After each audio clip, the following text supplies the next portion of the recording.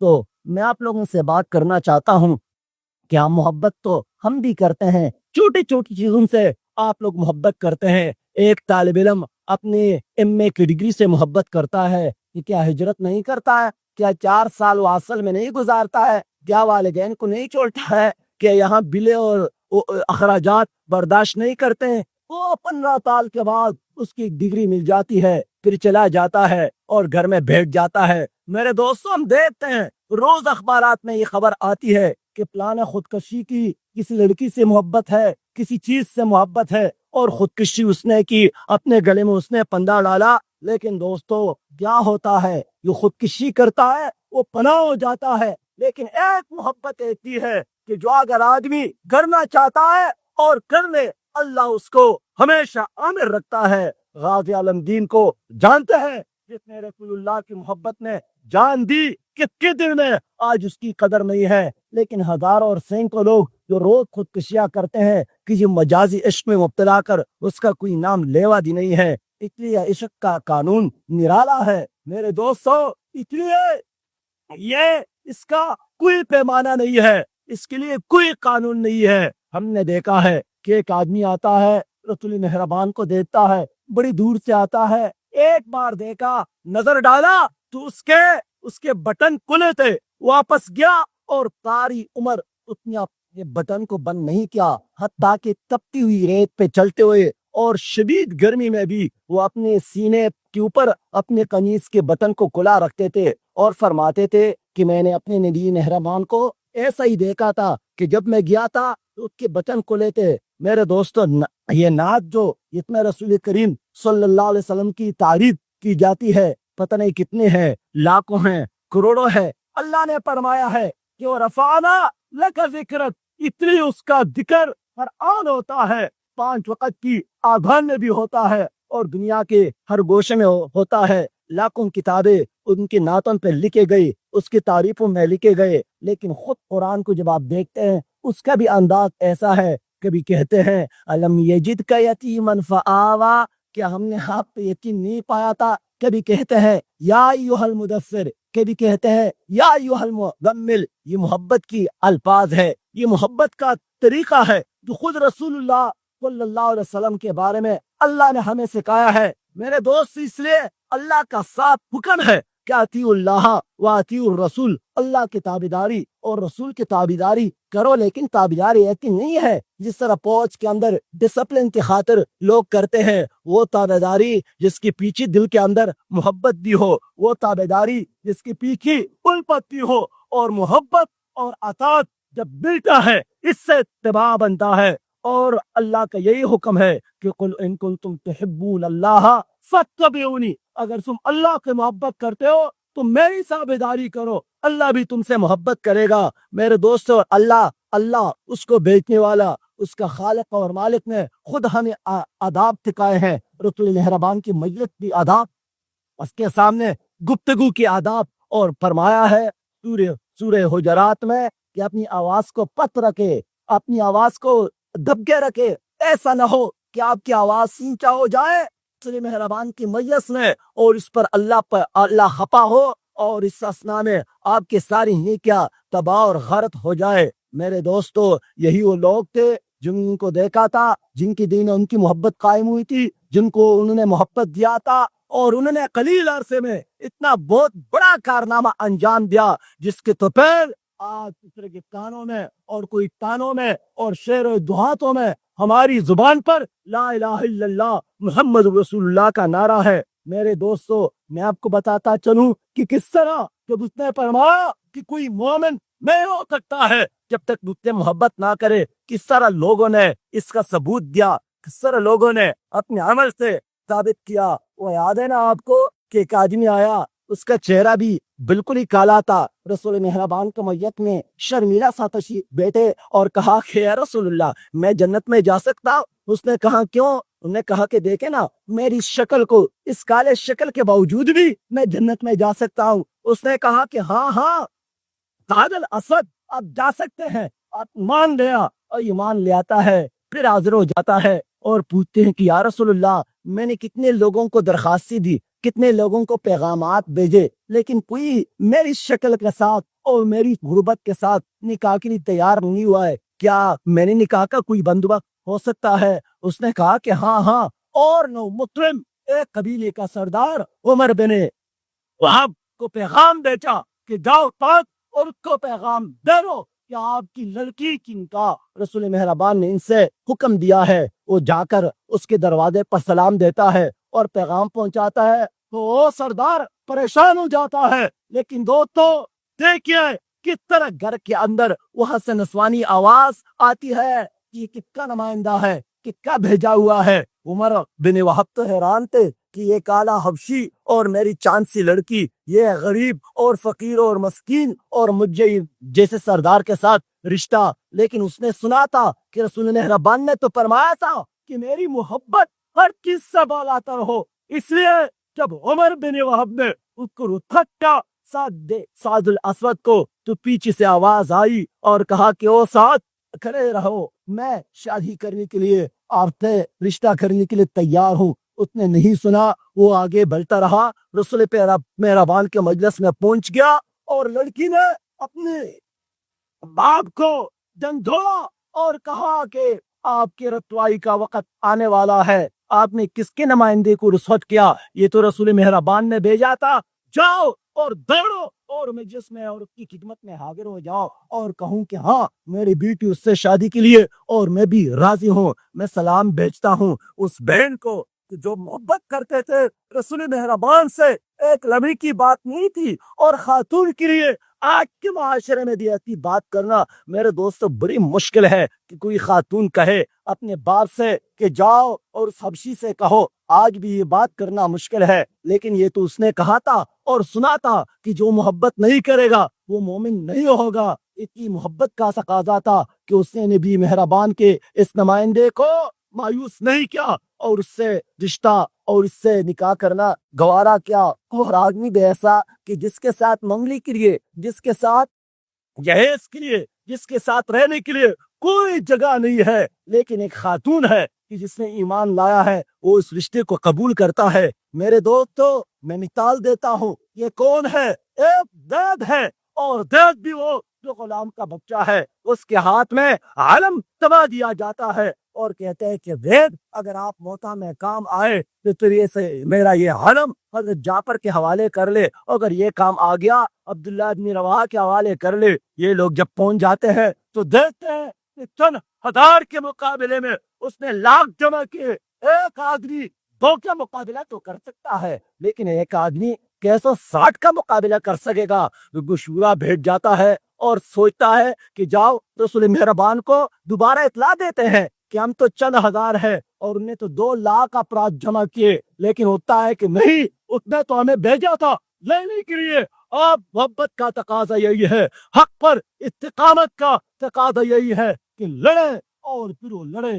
حضرت زید شہید ہو گئے، پھر حضرت جعفر شہید ہو گئے، اور پھر عبداللہ ابن رواحہ جب گھوڑے پر سوار ہو گئے تو کچھ کھڑے ہو گئے اور آگ کا منظر دیکھ کر کچھ سوکنے لگے، لیکن بالآخر اس نے کہا کہ جاؤ عبداللہ، یا موت پر پڑے یا موت آپ پر پڑے، منزل تو جنت ہی ہے۔ اور ادھر نبی مہربان صلی اللہ علیہ وسلم مسجد نبوی میں کھڑے ہو گئے، منبر پر لوگوں کو بتایا کہ لوگوں جھنڈا حضرت زید کے ہاتھ میں تھا، وہ شہید ہو گئے۔ پھر جھنڈا جعفر نے اٹھایا اور وہ شہید ہو گئے۔ کس طرح اٹھایا؟ رسول اللہ کا علم اس کے دائیں ہاتھ میں تھا، وہ کٹ گیا تو اس نے بائیں ہاتھ سے پکڑا، وہ کٹ گیا تو کٹے ہوئے بادوں کے ساتھ رسول اللہ کا جھنڈا اپنی سینے سے لگایا اور وہ شہید ہو گئے۔ تو جھنڈا عبداللہ ابن رواحہ نے اٹھایا اور پھر اس نے کہا کہ وہ شہید ہو گئے، آپ جھنڈا خالد سے اللہ کے ہاتھ میں ہے۔ ایسے اسلام ہے رسول مہربان صلی اللہ علیہ وسلم